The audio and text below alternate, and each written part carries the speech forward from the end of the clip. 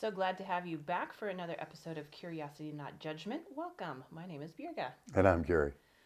So, we have been debating what to talk about today and kind of kicked around a few ideas. And here's one that I think both Gary and I are eager to explore a little bit more deeply as we do it live time here on this recording. But really, the question of, am I worth something? Or conversely, am I struggling with worthlessness, feelings of worthlessness? And that sounds like a really dark, scary thing to ask, but I think if we're all being honest with ourselves, there's been seasons of our life when we have stopped and we've really contemplated that. And I think it's worth diving into a little bit more deeply today. And there's surface, there's always, the peeling the onion, there's the deep question is you went right there. Am I worthless? But, we all have self-doubt Yes. and we all deal a little bit with fear of missing out, fear of not contributing, fear of being seen as less than. Yeah. So I think we can maybe start there and not go so deep so fast, but Okay. but it stems to that feeling of sometimes being worthless in a given situation. Hopefully, we don't feel worthless overall, Right. but if we don't explore it sometimes and we just ignore it, and I'm really good at that. If you have that nagging thing and you just ignore it and try to put it out of your mind, I think it gets worse. Yeah. It's one of those things that doesn't get better by trying to ignore it or being in denial. Right. Absolutely. So I know I cut straight to the heart of the question, but I think it's really worth examining if we know what the key message is as we talk about this through the episode, really understanding some of the things that we do, whether it be self sabotage or asking different questions to get to that posturing to really understand what someone else thinks about you. It all comes down to really that internal dialogue that we're trying to answer that question. Do I have value? Do you see worth in me? Or conversely, am I worthless? And I instantly think of the song Cats in the Cradle. Mm. I don't know why, but the narrative that plays through that song about father and son vying for the attention of the father. And, he's too busy, too much to do, and the message is received so that by the time the son, is at a point where he wants freedom, he wants to go out, and the father realizes, oh man, I didn't invest the time into him. I didn't participate in his, childhood experiences. I didn't go out and play catch. I didn't do all these things. Then it's almost too late, and Mm-hmm. it's the sad narrative of that song. But I think it really speaks to kind of the generational position of, in your young days as you're trying to get the attention of a parent, when you're in your teen years trying to set out on your own and make your mark on the world. And get attention from your peers. Yes. And then you get into young love and early marriage years, having your own children. And then you've gone a full generation and the cycle starts again. Mm-hmm. And as a matter of fact, the end of that song, he does become just like his dad because he's too busy to spend time with his kid. And it's the bane of being a parent. Is finding that meaningful mix. I hate the word balance, but finding that meaningful mix based on the season of life that you're in, and there's going to be times when you're going to have to pick who you're going to disappoint. I heard something the other day that I really liked, and that was you don't get to please everyone. You're going to disappoint someone. The deal is you get to choose who you disappoint. Yeah. And should you disappoint your employer over your family? Probably, but those aren't always easy decisions to make. Right. And again, I think there is a good, meaningful mix, a good portfolio of how we spend our time. But that is the bane of existence for a parent: is how much time can I spend with my spouse and with my children, versus building a life and a family, or a business, or a sustainable budget, so to speak. And so that's a part of it. We still have the choice, though, of feeling rejected or not. Now, one could argue you can't put that on a child because Right. they don't have the maturity to make that choice. But I would posit that even as adults, we sometimes we get a miscue about someone who doesn't choose to spend time with us as we're worthless. Right, right. Well, I think we've all been in circumstances and situations, whether you're recalling back to your years as a kid or you're all the way into yesterday and remembering a conversation where you felt shut down or, time wasn't granted you. I think, yes, we all have to come to that point where we're asking ourselves, okay, is this really a mark on myself and my value, or does this have something to do with the other person's schedule, the other person's priorities, Hmm. and really being intentional about being curious? And you started by saying that the children don't have a maturity to kind of go through that process. And I'm wondering, is there some questions that we could equip children with, whether Mm. our children or grandchildren, to be able to start the routine of being curious about a situation so that the natural default is not, I don't have value, my dad doesn't want to see me, etc. Well, I'm thinking back to the playground in fourth grade, right, where kids would say, "Sticks and stones may break my bones, but words will never hurt me," as a defense mechanism, Mm-hmm. because words did hurt back Yeah. then, Oh yeah. and deeply. And the popularity on the playground and who was cutting down who was a big part of life in Mm-hmm. school. And is that as much of a learning or practice field as math class at that point, right? Because Sure. the socialization part of school is one of the most Huge. important.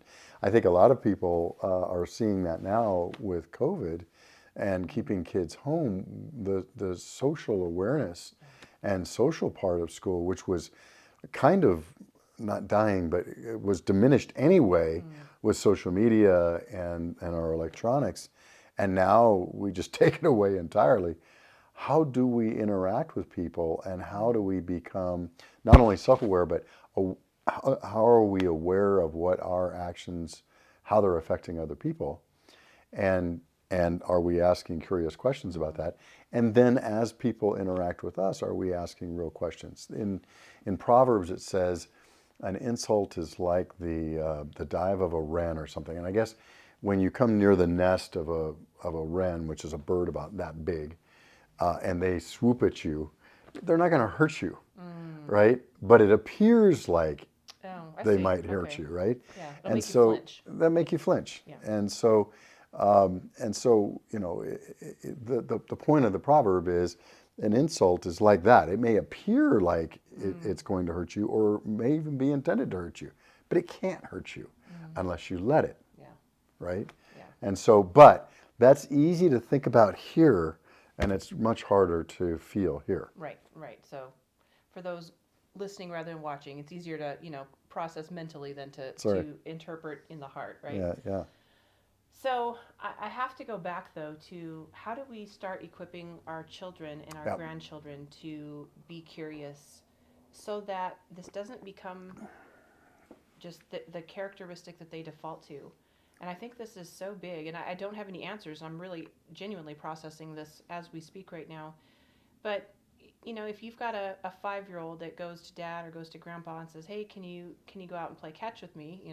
As the song alludes to, if the answer is no because of whatever task that's at hand that prohibits that attention, is there opportunity for us to train our children to be curious about the situation so that they can understand this is not a personal reflection on you, your value, your my love for you, my intention to be with you, but it has everything to do with the tasks at hand that are demanding my time right now. And I don't know. I really feel like this is a conversation that we need to explore as adults towards children so that we have this epidemic of mental health Mm. crisis right now, and I believe the social media compounds everything. And so yeah, this to me is very heavy on my heart. Well, okay, so let's start with the 100,000 foot level. You want home to be a sanctuary for the kids, Yeah. first of all, right? You want them to feel comfortable, loved, regardless of what's going on in the outside, big ugly world, or what's said on the playground, or all of the affronts and things, and teachers and school bus drivers and everybody else they meet in their life, that when they come home, it feels like a safe sanctuary full of love. So I think starting there, even if you're working really hard, you can at least be intentional about creating that. Yeah. Second, when one of the kids comes and says, hey, can you do this with me? I used to try to be intentional about, okay, well, I'm going to try to spend this much time with each kid, right? And so then make an appointment, right? Okay, we're all used to making appointments. Put it in your calendar and say, okay, I can't go out and throw the ball with you right now, but Saturday from 1 to 2, let's make an appointment. Let's Yeah. be intentional about that. And then the thing about that is, even if 1 o'clock on Saturday something else is going on, everybody can recognize that and say, okay, let's intentionally move it now. Something else has come up. Let's do it Sunday at 2, or something like that. And I think that those are two ways. But I think the main thing that the child is looking for is a sense of self-worth in the parents spending time with them. Right. So if that's the case and you can't do it now, talking about doing it at a future date is one part of it. Another part is, okay, I can't go out and throw the ball with you, but let's spend 5 minutes doing something else. Or let's do something else together, or let's find another thing. As soon as I get done with this pile of work, I've got to go and look into what's going on with the lock on the car or something like that. Do you want to do that together, right? Do you want to join me in something that I've got to do anyway? Anyway, a couple of ideas, but it's a real problem when we've got this life where everything is just like bam, bam, bam, bam, bam, and we're all scheduled, and there's no margin, back to the famous book. Yeah. Well, I don't know that we're going to solve this during this episode, but I certainly can recognize that there's going to be, again, as we grow, as we age and progress, this is an ongoing struggle, and it manifests itself in different ways. And maybe by the time that you've reached teen years, the question is, more along the lines of, do you value me if I do X? Will you feel like I'm important if I reject your advice? Well, not that these are said out loud, but it's the internal dialogue, right? And I think it's just this ongoing quest of validation and, do I matter? Or again, subsequently, do I not have value in your eyes? So, I think we have to start with a basic premise of that we do have value as individuals. There is no one like us. I love the adage, be yourself, everyone else is taken. And there's value in who we are intrinsically, even if it doesn't feel that way all the time. Yeah.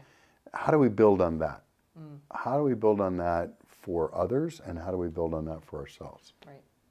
Well, I think it has to start with asking the question about the story that you're telling yourself. Is the narrative that's playing in my head factual, or have I imagined it to be this way? And to really pause and to let that be your first curious question, because I can tell you there's been a number of circumstances where I have felt rejected, and the story that plays in my mind can very quickly end up with, well, they think I'm worthless. But that's not the case. There's been a disagreement, there's been a differing of opinions on something, and the authority has chosen to go a different way. But that doesn't make my value any less. It makes the way that I wanted to travel, or the proposal that I had put before the authority, makes it the one not selected. But the two, you can't make it an equation, right? My proposal has been dismissed, therefore I am worthless. It's not an algebra equation. No, and it certainly is not. Covey used to talk about the social mirror, and when I say Covey, Stephen Covey, who was a leadership guru back in the 80s, he used to talk about the social mirror, and that we need to have our own mirror that reflects reality versus just listening to the social mirror, which is all those things that people tell us. Yeah. And not only reflect back to us, but also try to tell us what to do, right? One of the things that I've been really working on lately is is to do some quiet time and start my activities during the day based on my values and my goals and what I'm trying to get accomplished before I open up my emails, because emails just reflect what everybody else wants you to do. Sure. And reflects their thoughts, and their thoughts sometimes about you. And so at least start on the vector of the day on stuff that's important to me. But back to the subject at hand, what can we do to make sure that that we have some intrinsic self-worth going into any situation, even if we know there's going to be rejection? Now, there's a whole lot of layers. It's very three-dimensional, four-dimensional, five-dimensional on this. One, it's one thing not to be heard once. It's quite a different thing to not be heard for the thousandth time. Sure. Especially if you're in an organization that doesn't seem to listen to anything that you say or do. Now, I would challenge that it's anything. A lot of times we put more value on certain things and less value on others, and the organization is listening to us, and we do have influence in some area, Right. even if it's not as big as we want. Yeah. There is some influence there, so let's not fool ourselves and think it's zero. But if we continuously get rejected, especially on the ideas, especially the ones, if this supposedly is our role, is to come up with these ideas, then what does that do to you? Oh, it's demoralizing. So what do you do in that situation? Well, I think being curious, again, as is the theme of this entire podcast, is the critical response you have to have in that moment. And there may be a point in which, as you continue to go and ask questions and go a little bit deeper and deeper, there might be, in some situations, the end conclusion that this person does not see my value. Therefore, this is no longer a safe environment for me to remain in. Mm-hmm. And that could be a valid end conclusion after asking those questions. But as you're asking the questions and you're genuinely being curious and being willing to be honest with yourself, in that process, hopefully you stumble upon a question that goes something like, am I feeling rejected because of past hurts that don't have anything to do with this present situation? What am I bringing to this situation? Yes. Is this something that I can dismiss as a one-time event in my professional journey or in my personal situation, however this is playing out, or is this a repeated pattern with the same individual? And then you can continue to layer on the questions until you kind of get to the end conclusion, like, no, I've blown this out of proportion, or I've assessed this and this isn't a safe place for me. Mm-hmm. And you went to safe place. That's a word for me that is interesting for me to hear. Safety to me is, am I about to get my head cut off, or is someone about to shoot me? And I understand you're using it even emotionally safe, right? Okay. So in that case, yeah, and your long-term well-being. Now, I guess this is where the whole crux of the matter is. Do we feel emotionally safe? I think that's an interesting question that's a corollary to, do I have self-worth? If I have self-worth, I think there's some correlation, maybe even a causation, that your self-worth makes you feel safe, regardless of how other people treat you. There's extremes, of course, but I think if you bring that worth, self-worth, confidence, safety into the world, you're far less apt to feel unsafe. Does that make sense? It does.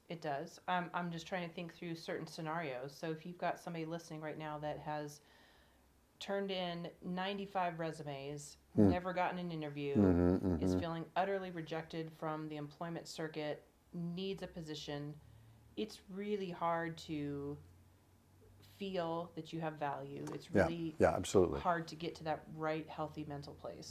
No, there's no question, and we've touched on this before, and there's certain activities that that we need to do in those situations, right? And go grab a copy of What Color Is Your Parachute. I mean, go volunteer. We've talked about this before. Don't stand still and get into your own spiral, because I think there's something to what you're saying there, in that if you're getting continuously rejected and you're taking each one. It's almost like a blow, and in like a video game where you see your strength dwindling, right? Yeah.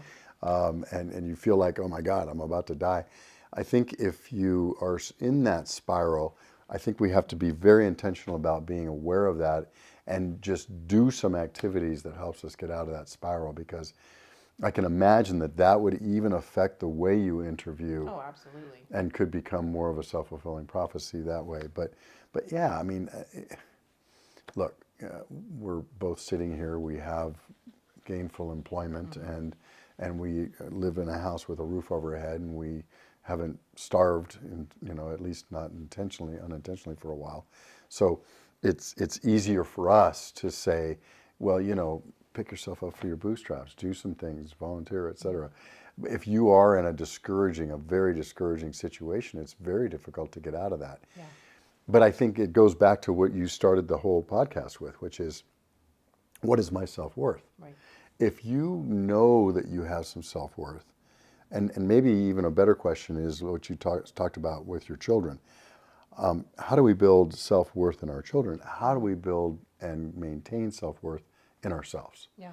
Because if we have that self-worth in ourselves, it's not, no matter how many rejections we get, but it's close. I mean, it certainly makes the rejections, even if they seem like they're piling on, easier to take if we are doing some things to improve our self-worth. So what can we do to improve our self-worth? Yeah. I know we've talked about this briefly in another episode, but who is the person whose face lights up when you walk in the room? Yeah. And to really ask yourself that question, and I think if you are in a spiral of negative thinking and a negative self-narrative about your worth, contemplate who that person is. Who lights up when you walk in the room? And pay that person a visit, Yep. give them a phone call. Yep. Let that be a very intentional interruption to that downward spiral. But then to ask those questions, if you can't come up with a name, or if you can't reach them or whatever, you've got to really stop and ask yourself those questions. Are my feelings based on reality? Are they based on the past? Am I doing anything to perpetuate my emotional degradation? And to really be intentional to ask yourself some good questions. Yeah, and those questions need to lead to an action. Yes. Of how do I get myself out of this? Yeah. And now, we're not psychologists or psychiatrists. No. We did spend last night in the Best Western, whatever the old commercial was. But the thing, the point of that is, if you're aware that you're in a bad place, we have to develop tools, all of us, to figure out how to turn that around. Yeah. It's okay to wallow for a little bit. It's like the dude who wrote PQ writes about pain. Pain is useful. You put your hand on a hot stove, pain is a good thing to tell you to get your hand away, otherwise it's going to be damage. Yeah. The point of it, though, is to feel it and then get away from it. So I think it's the same thing here. If we're feeling unworthy, it's okay to feel that. There's going to be situations in our time where we get a tinge of that. And it's okay to feel it, and really, and the curious part is, why do I feel that? Yeah. Like you said, what am I bringing to this? But then get out of it. Yeah. Stop doing that. Take your hand off the stove, because keeping your hand on the stove is going to cause damage. Yeah. And eventually permanent damage. Yep. So we are very close to time, but I do want to end on a positive note. And you've got a little list in front of you that you've generated that's kind of your daily mantra, the start to your day, about statements of affirmation to kind of reset. Would you read just a couple of those? And maybe let's end with an exercise of be thinking about this in your own life, and what could you put to paper that could be a saying or a list that you repeat on a daily basis to make sure that you are starting out on the right foot and you're remembering the truth about your value. So, and I don't do this so that I feel so great about myself and Pollyanna that I think I'm the greatest person in the world to go out there, but it does help to get out of the the fear mode, like I have to promote my agenda, etc. So I start out, and this is called a manifesto. You can read many books on why this is important to do in the morning, but mine starts out as, I am Gary O. I'm a little out there. I'm the proud son of a naval aviator. I moved 18 times by the time I went to college. And it starts doing some of the facts, some of the things that influence my life and who I am. And then things like, I think through and with others. I can think by myself, but I like to have a bunch of people around a whiteboard, and bounce things off each other. Now, one that I wrote on here, I seek others' approval and I fear rejection. And what I've been doing over time is I don't seek others' approval and I don't fear rejection. And so there's things that I put, I am funny, I'm playful, I'm sensitive, I'm acceptance. I sometimes try to prove and perform and promote my agenda. So those are things, so I have enough things in there, but it is realistic about who I am. By the way, this started out as like 5 lines. It's now both sides of a piece of paper. And it ends with, this person does not need to fear, perform, prove, or protect, which are things that I saw as themes in here as I was writing. Yeah. And reading this every day has really, it puts me on a good foot to not be in a situation where if somebody doesn't like one of my ideas, which used to slay me, it's like, what do you mean? It's a perfect idea. Then I don't get affected like that. And I'm more curious, like, oh, okay, well, this is something that needs to be solved. What's your idea? Or how could we work together on something that's similar? Or what do you like about it? What don't you like about it? I mean, it gets me away from just being defensive and reactive. Yeah, that's good. So some good exercises to start really asking yourself some questions. If you're in a cycle of, downward self-talk and of feelings of rejection, but then also an exercise to be having an honest assessment of yourself, your characteristics, but ending with some statements, positive affirmations about how you're going to step out of the negative and into some of the strengths that you display in the characteristics that you've been given. And so I think we better call it quits for today. Lots more to talk about as always. Join us online at curiositynotjudgment.com, and we'll see you next week. Take care.